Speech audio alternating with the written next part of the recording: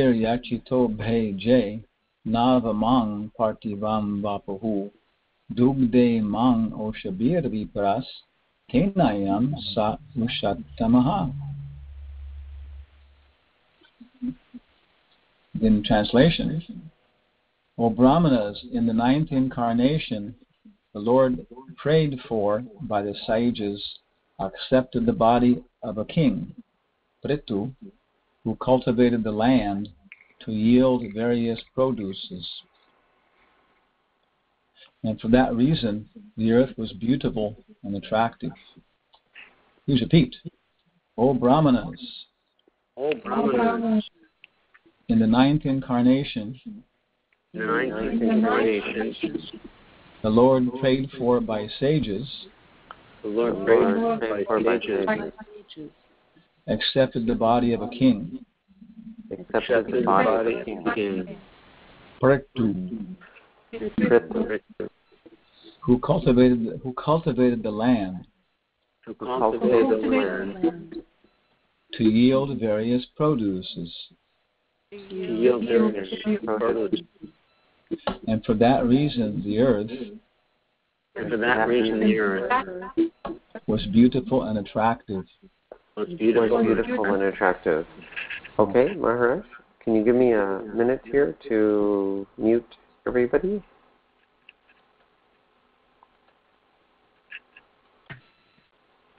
Okay, just a moment. Now I have to unmute you. Okay, so you're unmuted. I'm going to mute myself, but I can come on at any time if you need me for anything. Okay. So in the PowerPoint show here, we got a picture. I did a search for wheat, and got a very nice wheat field. Kind of nice because it's a big picture of industrial farming, which I guess can't be all bad if it's done properly, but generally speaking, it's industrialization. One time Prabhupada was talking about the hammer and the sickle. And he says, we like the sickle. He said, the hammer has beaten the life out of everybody. So essentially industrialization is with big machines, centralization of production, artificial, fertilizers, artificial irrigation, soil sterilizers, artificial seeds, and it produces this artificial food, poisoning like that. But so if people, cultivate the land personally, naturally with animals and other things, themselves, then the production is so much greater. And then it's saying that the earth looks beautiful. So it's kind of indicates that she looks nice by herself, but she's meant to be, glorified and beautified by the cooperation of human beings, in cooperation with all of her children. So what we did, because yesterday the class was, one place we read, Prabhupada wrote that even in 3 months, you can't do one verse properly, completely, in Srimad Bhagavatam. May have been 3 weeks, but I remember I looked at it again, it was confirmed it was 3 months. Prabhupada says one verse. So what to speak of for 45 minutes? So I had some thoughts yesterday, and also to kind of related to today's verse. So I thought, go back up and look at those. So the previous text, Srimad Bhagavatam 1:3-13, and the translation was, the 8th incarnation was King Rishabha, son of King Nabi, and his wife Meru Devi.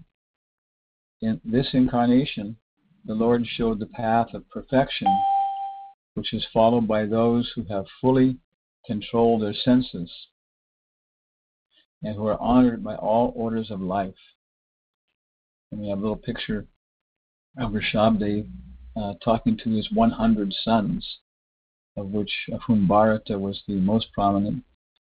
And 9 of them, as I understand, took sannyas directly, and they became the Nabi Yogendras who preach in the 11th canto. So in the purport, Prabhupada says, the society of human being is naturally divided into 8 by orders and statuses of life.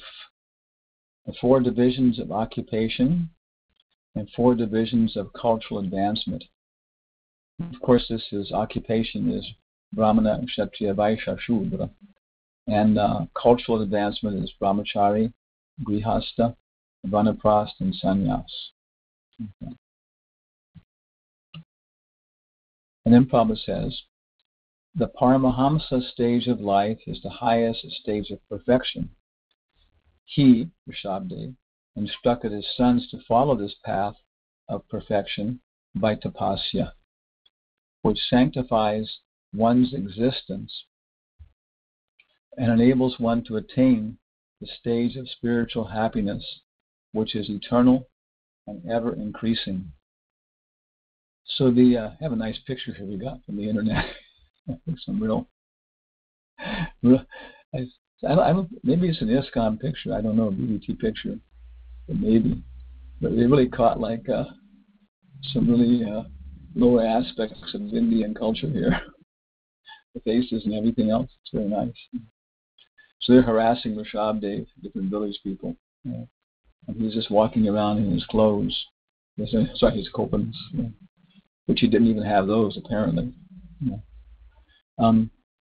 So in the purport, remembering if you look at it, it's actually pretty much a paraphrase of the instructions of Rishabdev in the 5th canto, like that. And these occur quite a bit. Our basic text is Nectar of Instruction, first instruction for neophyte devotees. And there in text number 10, Karmabhya Parite Hare, Prabhupada's talking about karmis, vikarmis, gyanis. And he also quotes the instructions of Rishabdev. It's very easy to remember because it's 5, 5, 5. There we go. And actually the text before that is the one that starts with 5, 5, 4. Nunam pramata kurute vikarma yadindriya pratyaya apranoti. Like that. And the next one, parabhavas. And so text 554 is completely quoted, and text 554, one phrase is cited. But then if you go, I saw yesterday, if you go to chapter 5.1 in the Gita, you find all 3 texts, 554, 5, and 6. And, such wonderful prayers. They're printed separately by the BBT as a little book. And probably several times we'll find Prabhupada or Acharyas, focusing on these prayers. There's so many, these instructions, so many instructions like that. And it's interesting because was it Giri Govardhan? Yesterday he was talking about this point about, renouncing sense gratification. And of course, again, my thoughts, it's a big topic. Again, it's maybe 3 months of classes, maybe 90 classes or something more. But in general, the point seems to be Varna Ashram Dharma is especially important for all of us, because he was talking about us, practically speaking, and maybe specifically about us, about Americans, Westerners, and that's who I deal with in many cases. And people from India, China, have different cultural circumstance, situation, bodies, karma. But in the West, okay, and Prabhupada is Paschatya Desha Tarine. He is delivering Western people. So in some ways, we're the most fortunate people because we are Paschatya Deshis. Where are you from? I am from the West. Oh, you are so fortunate. Because we have Srila Prabhupada sent. And he made adjustments to make everything practical for us. And so, again, for our reading, most of Srimad Bhagavatam is Daivi Varna Ashram Dharma. The pure Bhakti Yoga is extracted by Rupa Goswami in Nectar of Devotion, and boom, rapid light path is there. But from more practical perspective, we have the pregnancy of Diti in the evening, the marriage of Devahuti and Kardama, Krishna enters Dwarka,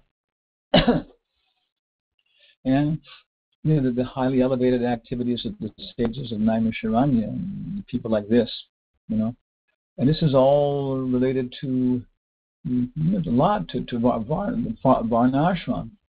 So the discussion yesterday was how can we actually do this, become steady, nishta, in our devotional service. So a lot of this is Varnashram. That we should understand. Prabhupada says in Nectar of Instruction, everybody should be educated in the basic principles of Varnashram. Dharmasya hiyapavargasya nartha vidayo prakalpate. And it's like Giri Govardhan, he was saying, we have to know the goal. It's a very important point that comes out. Two kinds of kanistadhakaris. Those who want to advance and those who don't want to advance. Those who simply want to exploit Krishna for liberation, and those who want to engage in devotional service to become free from akama, sarvakama, vam, moksha kama. And so, those kind of people, them Prabhupada says we should favor them. Devotees should favor them. And so the Varna Ashram system is very practical for us, I think, that we should understand a little bit about how to deal with brahmachari ashram.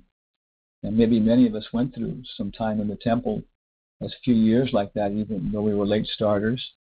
And now we have some other new generations coming and trying to offer them some kind of brahmachari training, some ashram training for girls and brahmacharini life.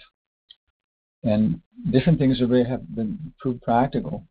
For example, homeschooling, from my experience in ISKCON, has been a very successful program like that. It's like Janmashtami, another big ISKCON success. We didn't really think Janmashtami would be such a success, but all the reports I hear is just the attendance is unbelievable. Something that they were planning on 1,500 guests for the Denver temple, and by 7 o'clock at night, all the prasadam for the guests was exhausted. It's almost like, you can make it as big as you want to, it seems. So that's what we do. Prabhupada also, he wasn't planning on preaching to hippies. They were the best customers.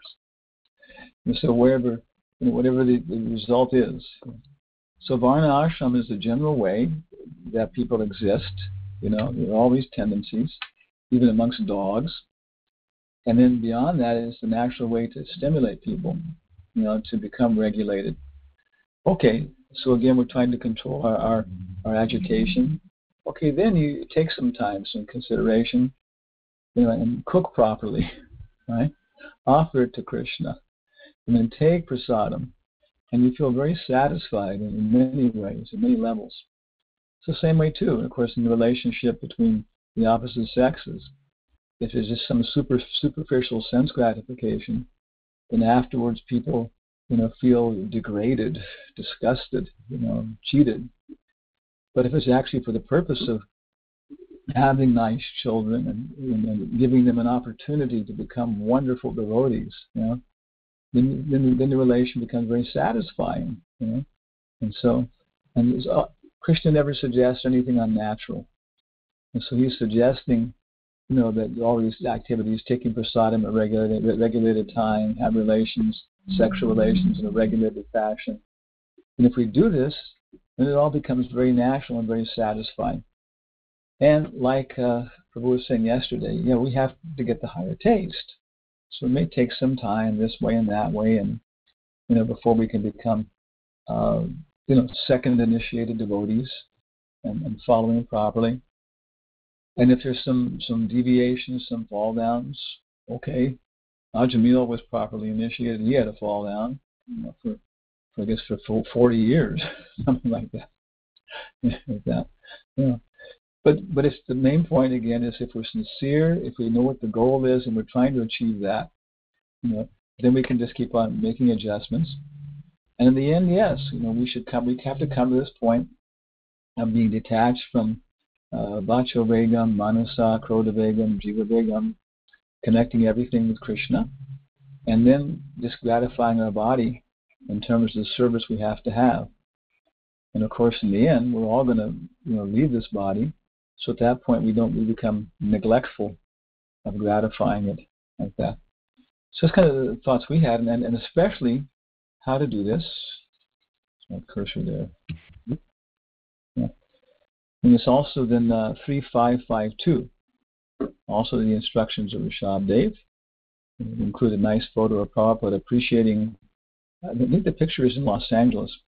Where Prabhupada was appreciating this. I guess it's an airport. It looks like an airport, but some kirtan was going on or something. And Prabhupada was appreciating the devotee service. Yeah.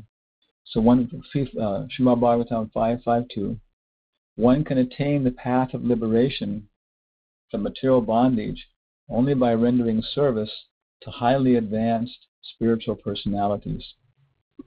So that's the real essence, is that you can have so many artificial, though mechanical, though spiritual techniques for controlling our senses. But jnana, this is the higher technique, wisdom. But in the end, the only thing which will allow us to really become completely free from material contamination is bhava. Having, serving a devotee who's engaged in serving, Krishna. And when we do that, then we feel complete satisfaction. Yayatma suprasidati. So therefore, it's very important, for all of us, myself, always be trying to, mature our relationship with Srila Prabhupada, like that. Very personal thing, and we can very much feel his presence and his murti, and like that, and serving his deities. All ISKCON deities are his deities. The deities in our house are his deities. And so, of course, Srila Prabhupada is very much, attached to Srila Bhaktisiddhanta Saraswati, who wrote for Srila Prabhupada. So that's what my thoughts about, the verse on which today's verse is following this is coming like that. That it's possible, and I hope it's possible to become completely free. We have to become free from life breathing, Prabhupada says. Our air has to become free from material color, so that our breathing, our respiration is coming from the Maha Mantra, which is possible. Just practicing, chanting, and kirtan, everything else, and then eventually realizing the Maha Mantra, Golokera Premadana, Harinama Sankirtana. It's not a part of this material world. If we haven't been offensive, Brahmande Brahmate Kon, Niban Ji, Guru Krishna Prasadi Paya, Bhakti Ladabij. So we actually have this Maha Mantra, and by chanting, we can actually have an opportunity to serve Hara, Krishna, and Rama. And then, by the mercy of Rama, by the mercy of Prabhupada, and then we'll feel that satisfaction, which will allow us to give up the lower satisfaction. So then, today's verse, 113:14. Before the advent of King Pṛthu, there was a great havoc of maladministration. So here we are in Varna Ashram again. Due to the vicious life of the previous king, the father of Maharaj Pṛthu. So of course that was Vena, who was a real rascal like that. Even by the modern standards in America, of all these mass murders of children, Vena was nothing new. Vena, when he didn't agree with his playmates, he would drown them in the river. Real. What's the word? Mentally disturbed fellow. Yeah. And he was a tough guy, powerful, but and so then he, what else did he do? He became king. And his father was so disgusted when he understood he just left. He didn't control him. Took sannyas. So as king, he declared himself God when the brāhmaṇas were trying to tell him to calm down and do his job properly and worship the Supreme Lord. And he said, "Why are you being unchaste? I maintain you all by my tapasya and everything else. So telling you to worship God is being unchaste. You should worship me." So that disturbed them. But everything was said maladministration. In some ways, it's interesting because all the little thieves were hiding because the big thief was there. So many times happens. Prabhupada said that because Vena was such a monster, and all the little monsters all ran away in fear. So in some respects, things were organized. But that was actually the problem with Duryodhana's administration too, in that materially speaking, everything was going well, but at heart was this deep ontological, existential envy of God, and so it's like eating green fruit. For some time, you have energy, your friends increase, but then everything turns against you, and the earth rejects you, and everything else, and destruction comes. So ultimately, Vena overtly, was preaching this stupid philosophy. And so then Prabhupada says the intelligent class of men, namely the sages and the brāhmaṇas, not only prayed for the Lord to come down, but also dethroned the previous king. It is the duty of the king, Prabhupada says in the purport, to be pious and look after the all-around welfare of the citizens. So we had a picture of Bhishmadev here, like that. So the king, it's his duty to be pious.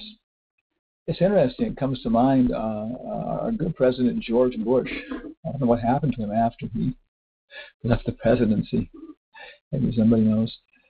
One kind of little sarcastic Vaishya in Bolivia said, well, what happened is now you can drink whiskey without feeling any guilt. So before, apparently, President Bush had this problem of impious activity with alcohol and everything else. But even he felt, that it was his duty to act piously while he was in the presidency. So people appreciate this, that the duty of the king is to act piously. And even though it may be a little bit more than you want to do, as a Vaishya, you can get away with this and that, but the Kshatriya administrator, no, you have to act properly, because everybody's going to do what you do. And also because the karma of the state is involved with your karma. And thus look after the all-around welfare of the citizens. Dharmasya hiya pavargasya. So the purpose of pious activities, dharma, is not for sense gratification, but ultimately for liberation. So that's the all-around welfare of the citizens. Prabhupada says, whenever there is some negligence on the part of the king in discharging his duty, the intelligent class of men must dethrone him. So that becomes a question, and automatically how? Because our picture of Bhishmadev doesn't look like a guy that any brāhmana wants to dethrone. He's got solid armor on. His body's like a massive mountain. His intelligence and gaze are as clear as an electric arc, and he has this really sharp sword in his hand. So the question is, how do the brāhmanas dethrone the negligent monarchs? So Chanika Pandit, he gives Prabhupada said you can be taught in the Gurukula, during one lecture. Prabhupada says that Chanika Pandit says royalty are like snakes. Royalty are like snakes, but they can be controlled by good advice. So anybody who's maintaining as an administrator knows he's so much involved in the activity of things by nature and by karma that he hasn't got time to stop and think about things in a more broader aspect. So Chanika Pandit says, three things go to a rapid destruction. A king, trees on the bank of a river, because the river water washes them away. Trees on the bank of a river. A woman in the house of some man other than her husband. And a king without counselors. He says these three go to a rapid destruction. Trees in the bank of a river, a woman in the house of some man other than her husband, and a king without counselors. So that's all that when Brihaspati was insulted by Indra. that was Brihaspati's strategy to reform Indra's negligence by just disappearing. And he could do it because he was more powerful than Indra. One devotee wrote to Prabhupada about some activities of the president in Portland, this and that, different problems, and Prabhupada said, you should follow his instructions. And then the devotee wrote back and said, but Prabhupada, he's not chanting his rounds, all of his rounds, he's not in the programs, this and that, And so Prabhupada wrote again and said, I said you should follow his instructions, but I didn't say you had to associate with him. So by subtle manipulations of brāhmaṇas, because of their nature, they can make these adjustments, and then they can dethrone, the negligent administrators. And the second system is in terms of the Parasaram technique, and they're directly, some brāhmanas take up, the administrative positions. They become kshatriyas. Prabhupada says when these things go on, then administrative, kshatriya? Administratively inclined brāhmanas then lead the brāhmanas in a revolt, or else they animate the more qualified brāhmanas, like Chanaka Pandit trained Chandragupta, like that. So they would take the position themselves, which is a little bit apad dharma, or else they inspire and train qualified kshatriyas administrators to take up the position and challenge the negligent authorities, either to reform themselves, come to their senses, or else to replace them like that, by force. And of course, there are different levels of force. What's the first one? Flattery, bribery, threat, physical violence, and assassination. Okay, so different levels. Okay, go ahead here. So they dethroned him. Prabhupada says, the intelligent class of men, however, do not occupy the royal throne, because they have much more important duties for the welfare of the public. Instead of occupying the royal throne, they prayed for the incarnation of the Lord. And the Lord came as Maharaj Pṛthu. Real intelligent men or qualified brāhmanas, never aspire for political posts. Okay. So Prabhupada says one time all the demigods are sakam devotees. Normally, they all want something for their service. And he says, even Yamaraj, he's after the position to be the Yamaraj. Of course, sometimes they're not sakam, they're pure devotees. But this is the case if somebody is a brāhmana.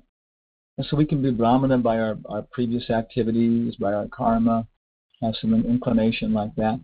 Or Shrinvatam Swakata Krishna Punya Shravana Kirtanaha, by being engaged by a highly elevated devotee in hearing and chanting, then we become punyatma, pious people.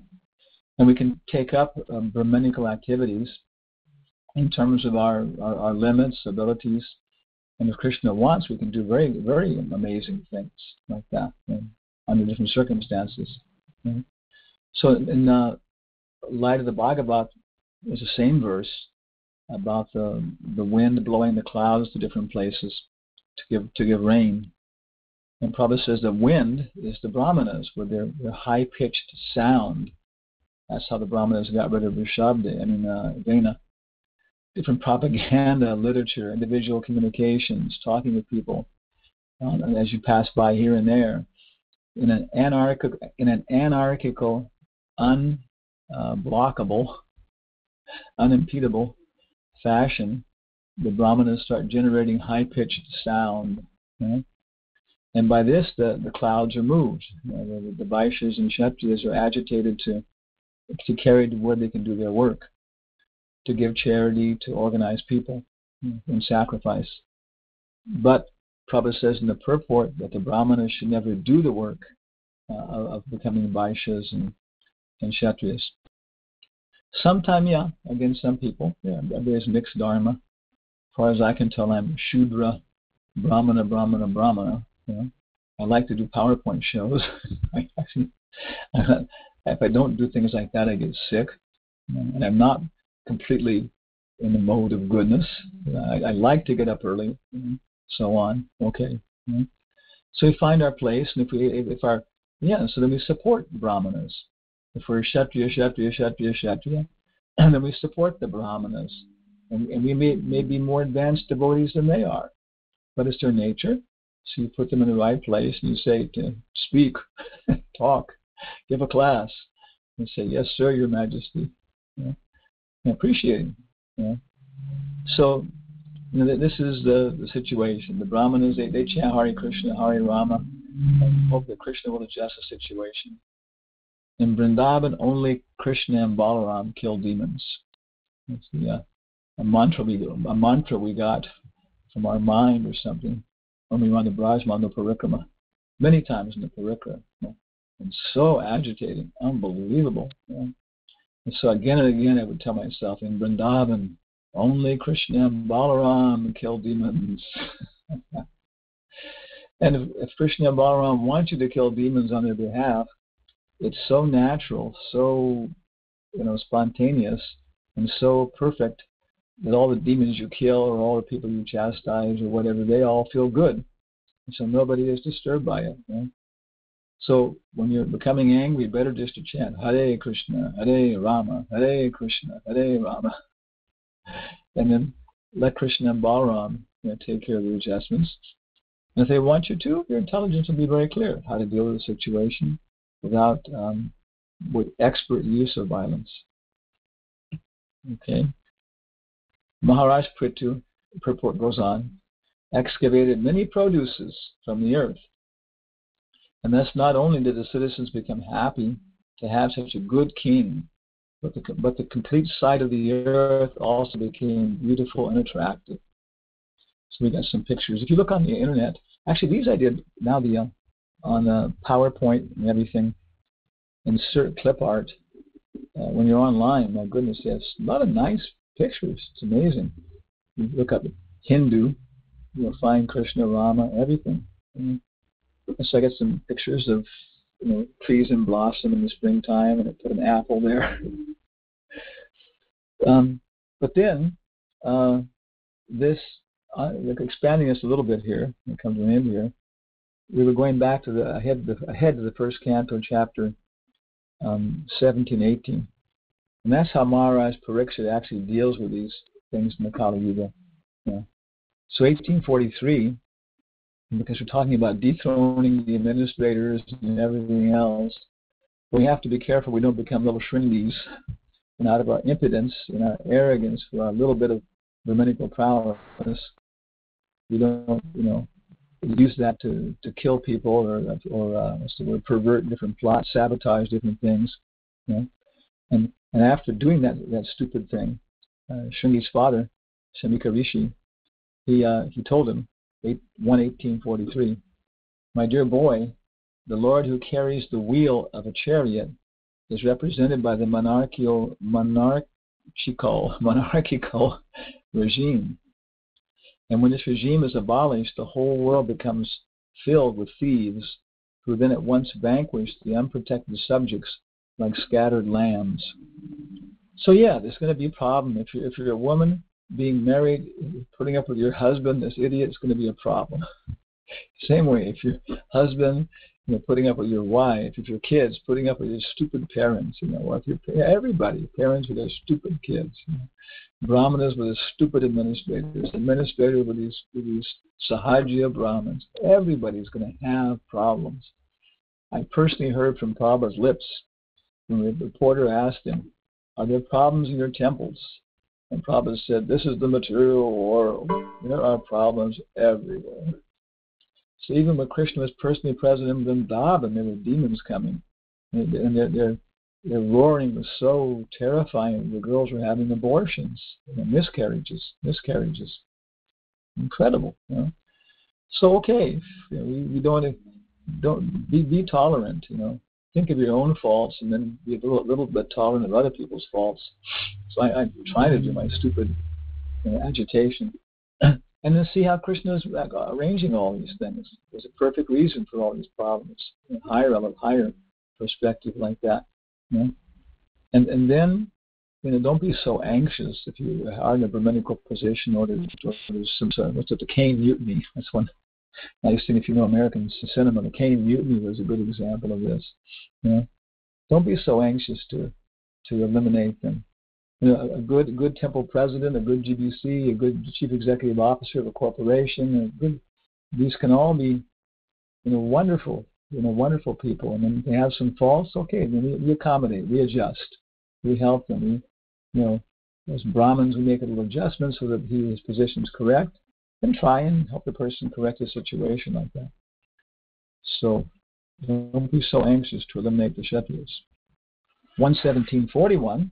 Prabhupada says, the brāhmanas are the religious preceptors for all other castes, and the sannyasis are the spiritual masters for all the castes and orders of society.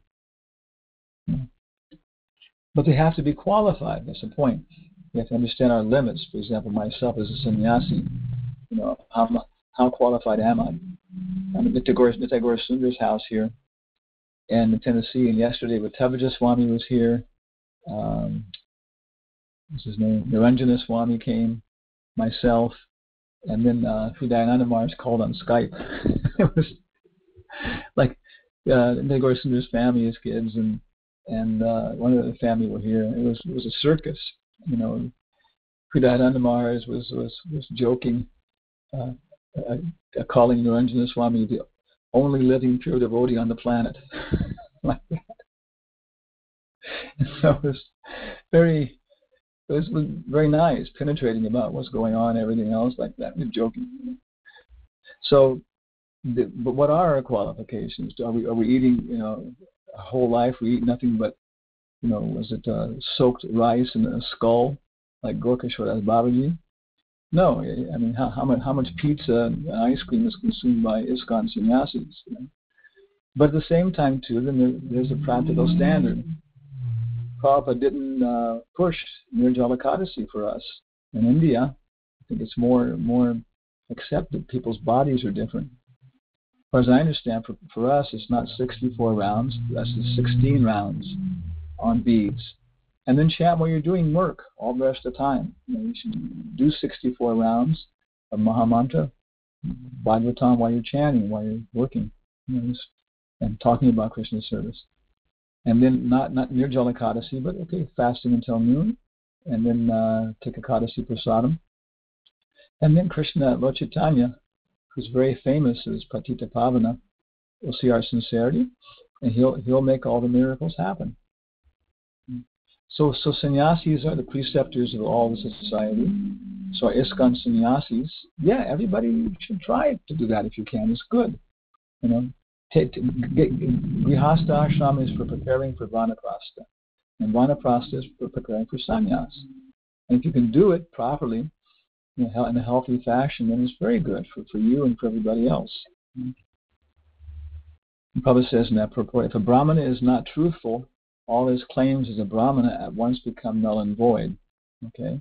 If a sannyasi is illicitly connected with women, all his claims as a sannyasi at once become false. Similarly, if the king and the public leader are unnecessarily proud, or habituated to drinking and smoking, certainly they become disqualified to discharge public welfare activities. And then we have some nice pictures here we got from the internet.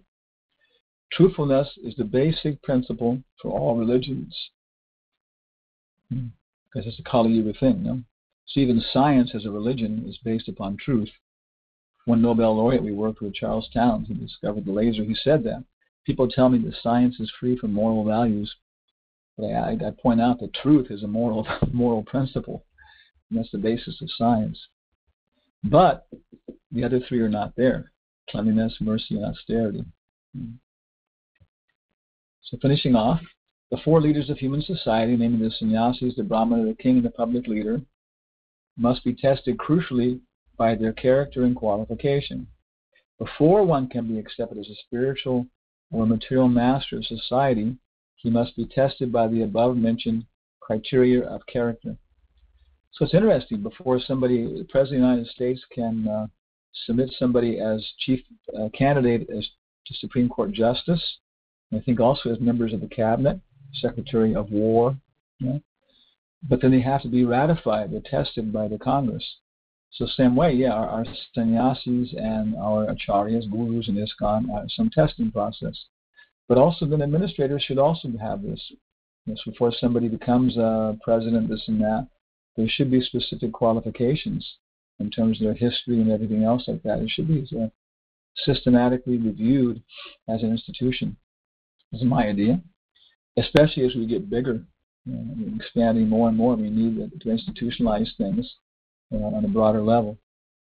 Such public leaders may be less qualified in academic qualifications, but it is necessary primarily that they be free from the contamination of the 4 disqualifications, namely gambling, drinking, prostitution, and animal slaughter. The brāhmaṇas and the sannyasis are expert in the spiritual advancement of society, whereas the kshatriyas or administrators are expert in the material peace and prosperity of human society. So I was in an argument with one GBC secretary some time ago. It went on for about a month and a half, and it was a very serious thing. In the end, three different GBC secretaries got involved, and I was being attacked for my flippancy, my impudence, or something like that. And it went around and around. And I was trying to be humble about, because I know I tend to get sarcastic. Kurunath said he and I are both sarcastic. And the only reason we get away with it sometimes is because we're intelligent. Okay. So I know I can be sarcastic and use my intelligence to, get my gratification, whatever. So I'm trying to control that, other things. And so you can exploit your position, your intelligence, your ashram, your physical strength, your beauty, your art, whatever. And so trying to go through this thing very nicely. And so at one point, the GBC secretary was writing a heavy letter to me, Maharaj, Prabhupada made the how's it go? The GBC, the ultimate management authority in ISKCON. So I responded, yes, and the sannyasis are the ultimate spiritual authority. And so he responded, like that. So to me, it's an imbalance that's developed, that we have to appreciate that, yes, that, for example, in the Vyasa Puja book, in the Vyasa Puja presentations originally, Prabhupada had the sannyasis speak first, then the GBC presidents, GBC secretaries, and temple presidents. So yes, anybody can be the most advanced devotee. It doesn't matter who you are, what position you're in. But in terms of Daivi Varna Ashram, then people should act properly according to their position. They should find a proper position for them. And then we should respect it. Vaisheshika says these degrees, Bhakti Shastri, Bhakti Vaibhava, everybody should use them. And there should be some real meaning to the thing, like that. So that's what I'm trying to work in this higher education and education. So the sannyasis should be the spiritual leaders of society, developing these things. And the kshatriyas by GBC, in ISKCON, they should be responsible for making sure a nice environment is there. Both of them are pillars of all happiness, and therefore they are meant for full cooperation for common welfare. Maharaj Pariksha was experienced enough to drive away Kali from his field of activities, and therefore make the state receptive to spiritual enlightenment. If the common people are not receptive, it is very difficult to impress upon them the necessity of spiritual advancement. Austerity, cleanliness, mercy, and truthfulness, the basic principles of religion, prepare the ground for the reception of advancement in spiritual knowledge. And Maharaj Parikshit made this favorable condition. Thus the sages of Naimisharanya were able to perform the sacrifice for 1,000 years. In other words, without state support, no doctrine or philosophy or religious principles can progressively advance. There should be complete cooperation between the brāhmaṇas and the kshatriyas for common good. Even up to Maharaj Ashoka, the same spirit was prevailing. Lord Buddha was sufficiently supported by King Ashoka, and thus his particular cult of knowledge was spread all over the world. The last slide says, Obrigado. All glories to Srila Prabhupada. Please accept our humble obeisances. Okay. So that completes our humble presentation. I mean, not really great. That, yeah, Varna Ashram, Dadi Varna Ashram is very important. Shabda is showing the ultimate limit. Now we see Pṛthu Maharaj establishing the intermediary stage of the king. And then I was pointing out in Prabhupada that the brāhmaṇas are responsible for regulating the kings. And they do this by their Brahminical potency. And they should be careful to use it properly. And they should be properly situated. And then the Kshatriyas, the administrators in our own society, everything else, can do the job necessary for preaching, for education. And we can all support the Brahminical culture. Okay, so thank you all very much. Any questions, comments? Our water guy is here, so please discuss amongst yourselves. I'll be right back. Oh, okay. All right, well, I have muted everybody. Tomorrow. I'm sure what Jordan had. I'm just finishing off a class on the internet here with Hawaii. Waiting for me there. Maybe I'll mute him just what's your 1 name? second. Tom. Oh, Tom. Okay. How you doing? I'm Hugh. I'm kind of hanging out with you. All right, I muted Maharaj. Sounds like he's got some things going on. I hope you can unmute him. Well, I'll check back with him in a minute. I'm also going to take away the screen. Okay. Could everybody hear Maharaj all right? And see the PowerPoint presentation? Beautiful, thank you. I heard him just fine. I saw the presentation. Okay. I had to reboot my router, so that was the only problem. Yeah, it was great. Maharaj, are you there? I unmuted him. Maharaj, are you there? No, I guess not. I was just going to ask him, there was that Chanika sloka about you just how to control rulers. And he said just like a snake, they can be given good advice. Didn't know what that meant. Does anybody understand? Wow. Yeah, that's from Niti Shastra. And if you give good advice to a snake, or a rascal in this case, that they don't take the good instruction and they become nishantaye. Yeah, I'll shut that down. I'm going to pull that. I'll take it down. Wait a minute. I'll mute him again. Which means you better. Shanti, which means peaceful. So, Akopaya nishantaye, that they become very, very, very disturbed. Oh, I took it in the other way. I thought it meant that you can give a snake good advice. I think, how in the world you can give a snake good advice? Oh, I see. No. Okay. Even you give him. Maybe there's some other verse, but that's the verse I was thinking of. That Chanakya said in Niti Shastra. If you give good advice to, it's the same principle that Christ said, don't cast pearls before swine, and the same principle that we don't preach the glories of the Lord to the faithless. Kind of all along those lines, and we have to be expert in preaching to know how to preach to each and every individual. We've got to size them up fast. And with some people, we don't have a lot of communication before we start speaking with them, and we've got to give them just the right dose. Yeah, that sounds right.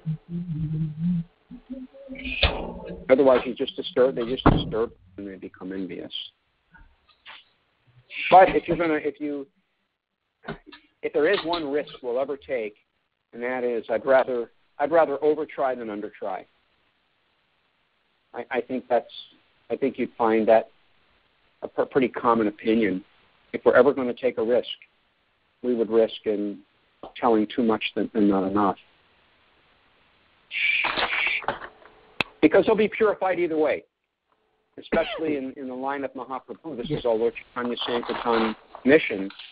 That even if someone becomes disturbed, actually, and we're speaking purely from our heart, there's definitely benefit there, because that preaching is the philosophy is none different from Krishna. So as long as our heart's in the right place, I guess ultimately we never go wrong and everyone will benefit. But at the same time, we use our intelligence. Maybe someone else has something to say. I once read an article of a Christian in a magazine, and he had obviously heard from the devotees about the immortality of the soul. And he presented an article against that, but before, to set it all up, he actually accurately presented the opposing argument. And his article kind of fell flat after his opening, because he presented it so well at the beginning. The rest of it was a joke. Which is kind of interesting. In other words, indirectly he ended up preaching.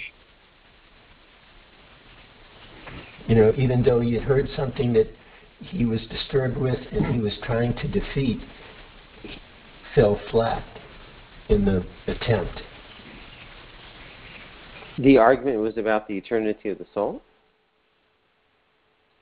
The immortality of the soul, yeah. Because a lot of Christians, they don't believe that. Really? Even the Seventh-day Adventists, they say when the trumpets sound, the dead shall rise. Maybe that's part of the popularity with the zombie movies.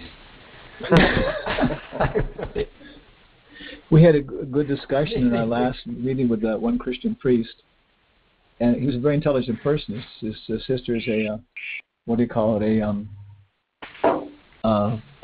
devotee, Pastor Laurier, nice guy.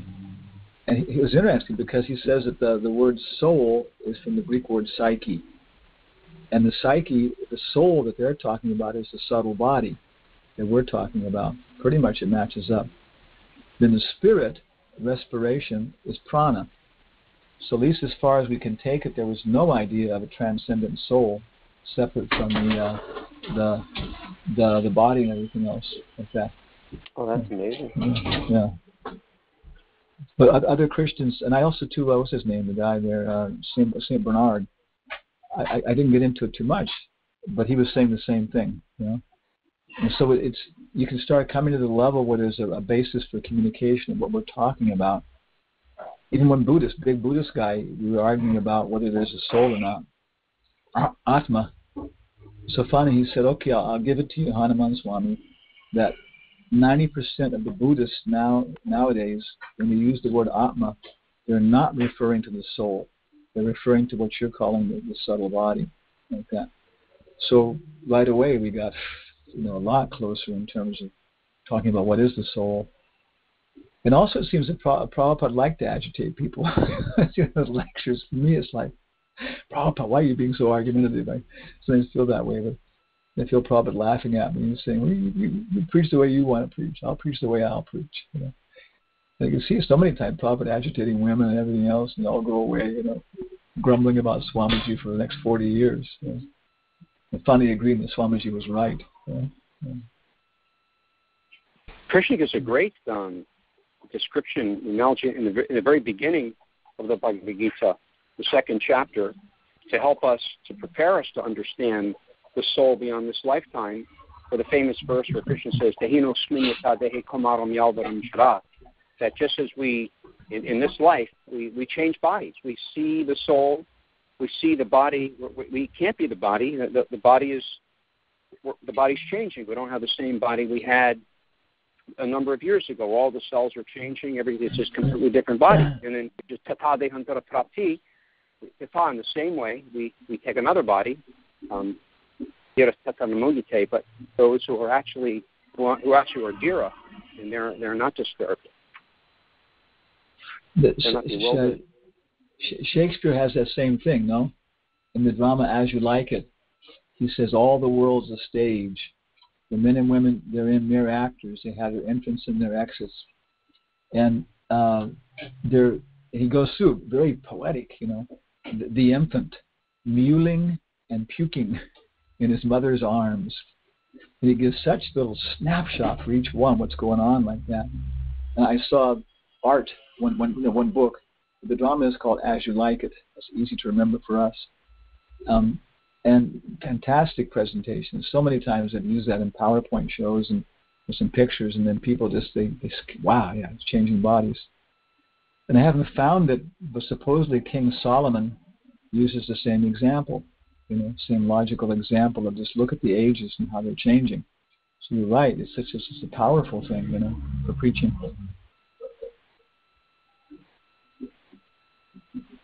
In a letter to Karandar that was written just over 40 years ago, Prabhupada has some nice advice for the leaders of the Krishna consciousness movement. Quote, so the future of this Krishna consciousness movement is very bright, so long as the managers remain vigilant that 16 rounds are being chanted by everyone without fail, that they are all rising before 4 a.m. attending Mangal Artik. Our leaders shall be careful not to kill the spirit of enthusiastic service, which is individual and spontaneous and voluntary. They should try always to generate some atmosphere of fresh challenge to the devotees, so that they will agree enthusiastically to rise and meet it. That is the art of management, to draw out spontaneous, loving spirit of sacrificing some energy for Krishna. But where are so many expert managers? All of us should become expert managers and preachers. We should not be very much after comforts and become complacent or self-contented. There must always be some tapasya, strictly observing the regular principles. Krishna consciousness movement must always be a challenge, a great achievement to be gained by a voluntary desire to do it. And that will keep it healthy. So you big managers now try to train up more and more competent preachers and managers like yourselves. Forget this centralizing and bureaucracy. Srila Prabhupada. Wow. Mother Teresa said something. She said, people tell me that today's youth is simply self-indulgent. But she said, it's not a fact. She said, today's youth is like the youth of always, idealistic. She said, you give them a challenge and they'll rise to it. Nice. That last part of it. Anyway, Maharaj, I want to say, really, I liked your class so much. This is the nicest class I've ever heard you give. And I liked how you tied in with Daiva Varnashram, knowing the goal, making adjustments along the way, that, it's incremental. And at the end, you tiag, on the unnecessary, sense pleasures of the body. It was like it reminded me that it's like water on the ashes. Like we had burned everything up last class, but then there is some middle path here, and I liked what Madhukanta Prabhu just read. And it reminded me, you said that sannyasis, that was a good counter to, a bureaucrat. You know what Bhaktividya Purnamarish calls bureaucrats? He says bureaucrats are less than Sudra. That's his statement. I thought, but I think Srila Prabhupada's books are the ultimate spiritual authority. If we discuss these books and understand them correctly, then and also before I give it over to you, what Madhukanta read directly from Srila Prabhupada is he did not centralize bureaucracy, and they've gone against that, and it's clearly giving problems to the flow of the society. It's become a very exclusive society where they send people away in droves. Yeah. So that has to be corrected. The structure, the very structure of what's being done has to be corrected. To me, for example, like I've been trying to work in education. Somebody else may do food for life. Somebody else do something else. So my nature, is education and cultural programs. And so then because of that, I just kept on trying to do things, and I finally went to one of the international higher education meetings in Bombay, and then I got involved, and and doing the work. And so now I'm on the executive committee for the Ministry of Educational Development, and I mentioned that before maybe, and the title is a lot bigger than than the job, but it's just. I see that the problems we have in our yatra in Peru, for example, or San Francisco, or everywhere, the simplest little temple of 20 people on up to everything. It's the same at every level, And the Sesha and the Ministry of Education is facing the same thing. Mother Aruda, she has 3 Yahoo groups for homeschooling, and they're writing curriculum. And she says she has over 1,200 people, professors from Australia writing stuff for kids and different things like that.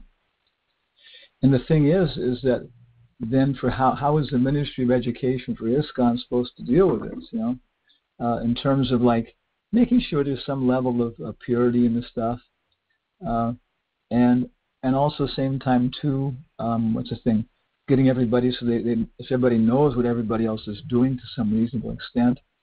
And so I like, working with Sesha because he has that attitude of coordination, some control if there's a crisis, but basically just inspiring everybody a little bit, appreciating that he can inspire people a lot because he hasn't got the budget and stuff like that. But beyond that, okay. And so many big projects have developed which are not produced by the GBC or by our central authority. Same time, to my experience, is that being GBC secretary is a hell of a job. If you're really a sincere person, trying to do that is hell. It's like being a mother with 6 kids. That is unbelievable. And of course, you're prominent. So, but I agree too. Maybe we're getting on the Shringi side of things.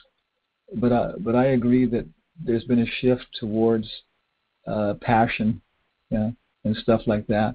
And so then the brāhmaṇas have to act properly, set a good example, and then create a good atmosphere, a good culture in which the passion becomes properly engaged like that.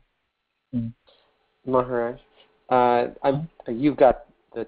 Oh, I'm sorry. I interrupted? No. I thought the Dagda was going to say something. Luciano is asking quite a long question here. Maybe I'll go ahead and read. I'm sure you can see it in the chat. Do you know his full name? No, Bhakta Luciano. No, it's Machiavelli. Oh, Bhakta Luciano Machiavelli. No, we're good friends. We're good friends there in Chile. Yeah. So it's quite involved. People. Should I go ahead and read this so that those that can't see this can also hear the question? I guess so. Yeah, I see it there on the chat thing. Okay, I'll read it so everybody can hear it on Skype and also on free conferencing. Okay. What happens if a brāhmana sannyasi likes giving material instructions? He takes an administrative position and sits there telling people what to do. Which is not, must be his dharma, and starts making a mess. According to my understanding of the verse, the local intelligent class must dethrone him, but you also mentioned that Prabhupada had told a devotee to follow a temple president's instruction, but that did not mean associate with him. If you come across someone in a spiritual leadership position, did I miss something? Yes, if we come across. Yeah. Oh, I'm sorry. If we come across someone in a leadership a spiritual leadership position and his service is way below standard, such that his action degrades the rest of the community, what should one do? So in that exchange of letters, which was going around when I was living in the temple, I hadn't even taken a second initiation, I guess. So I don't have the exact copy, but the comment from Prabhupada was, the full comment was, no, you should follow his instructions until I get there, like that. So because it appears that things weren't so crazy that that they were just it was a catastrophe, what you call it, was an emergency. And so Prabhupada's idea was, okay, the things are going on reasonably well, and if we dethrone the poor fellow, then it's going to create a horrible situation. Okay, so just go on supporting, and when I get there, I will adjust things. So that's what I would say is one perspective is there is recourse. Enthusiasm is more important than patience. But without patience, it just becomes passion. So then we can go to authorities. If some local authority is not, like any organization, the local manager has his regional manager, and then the regional managers have their peer group. And Prabhupada's formula, as I understand, was if somebody is acting improperly, you can make a complaint to the GBC secretary. If you don't feel he's acting properly in terms of it, you can go to 2 more GBC secretaries, and then you could go to him directly. But administratively, he wanted that to happen first. But, before everybody came to him with problems about, the artik being too short or something, or the Brahmacharini ashram didn't have proper bathroom, like that. So that's what I would say is that there's recourse. Yeah. Any more other questions?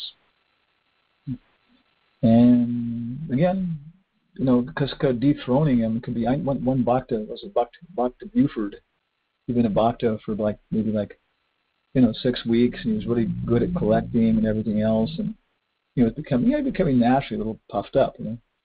So one time we were in the big commercial garage with Jayananda, Bhaktadas, Bhakta Buford, Krita Karma, and myself, and then Jayananda said, in humility personified, he said, Bhakta Buford, I've been a devotee for 6 years or whatever it is, and you've only been here 6 weeks, and you're already so much more advanced than I am. What's your secret? Come on, tell me. And the thing was, Jayananda meant it like that for the most part. And so it was so obvious, of course, that Jayananda was so much more spiritually situated than Bhakta Buford, and even Bhakta Buford knew that. So it was just that one thing, Bhakta Buford's big balloon just would, popped, and he came back down to reality. So just like that in the beginning, just a few words to a person, from the right person and the right perspective, intelligent words can correct their consciousness. You just let them see what they're doing and everything else. In many cases, that's many cases. So especially if he's following the principles and chanting his round, that's enough usually. If somebody just got to put it properly in a friendly fashion. In most cases, people will take the advice. And then Prabhupada said, it's the whole thing. And then Prabhupada said, okay, if they don't, then you have somebody they respect, talk to them. If that doesn't work, then in a community meeting when everybody's there, you bring the topic up in a general fashion without embarrassing people. And just because of the community ethos, the person, without even thinking it many times, will just accept it, like that. So there are ways to deal with it properly. But you can always just chant, Hare Krishna, Hare Rama. And Krishna Balaram will take care of the situation. And if they want us to act properly in the situation, they'll give us the Shakti. So that's what I would understand.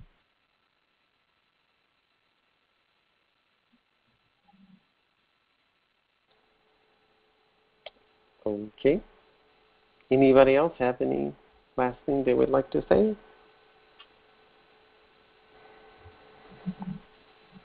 Maharaj, thank you for doing the PowerPoint presentation. It really captures our attention even more, I think. I know it's trouble to do. No, you're thanking me is kind of like thanking a cow for eating grass. Well, I think cows are eating grass. They give milk. Yeah, but they don't have to thank them for it. It's just, again, my Shudra nature is just, unless I do these things, I don't feel gratified, you know. Yeah, I've gotten people tell me that I do the big professors. They say, never seen such good PowerPoint shows. But I don't do it. It's just the thoughts come to my mind, my nature's there. So somebody else is a cook, you know, and I can't cook. I'm living here in our cave. Somebody cooks granola and I mix it with, you know, low-fat milk. So I get a decent meal once a week when I visit the grihastas. You know? So everybody, that's her name. I mean, that's one thing I think is, Mother Candida, she said, I think it's important to show respect for one another. And that's the first verse of the Bhagavatam, no? Reality distinguished from illusion for the welfare of all. Trey Rishi, I hear that echoing. He said, if you well-wisher. And I've seen it. I was angry with my GBC secretary because he wasn't doing this and that. And then I thought, well, why am I angry? Because it's disturbing my peaceful living. Okay. So then I started thinking about it, you know, from a perspective of everybody's benefit. Then I started talking about it again. And first he was like, you know, sensitive. Okay, this guy's arguing again. But then right away he picked up on the fact that I was really into it now for everybody's benefit. And he started to explain why he was doing things, and we were discussing it. And yeah, some things I didn't know came out, and I adjusted my mentality. And simultaneously, then he appreciated the comments, and then everything was okay. But it's exactly that point, you know, is that Vaishnava relationships before administrative relationships. You know, even if it takes longer to get the thing solved, you know, in the end it'll be, you know, so much more productive. You know? So thank you all very much. I guess I should. Interesting. This guy came to fix the water pipes, and you can tell he's been smoking a little bit and everything else, you know. But he just goes right at it. He knows his service. And he's a Shudra. His name is Tom. Probably I'll joke with him about being St. Thomas a little bit. Get him on the spiritual platform. So thank you so much. These classes for me are so nice. It's a good association, you know. And senior devotees and broad spectrum like that. Thank you very much. So Prabhupada ki jai. Jai. Bye. Thank you very much, Maharaj. Hare Krishna. Haribol.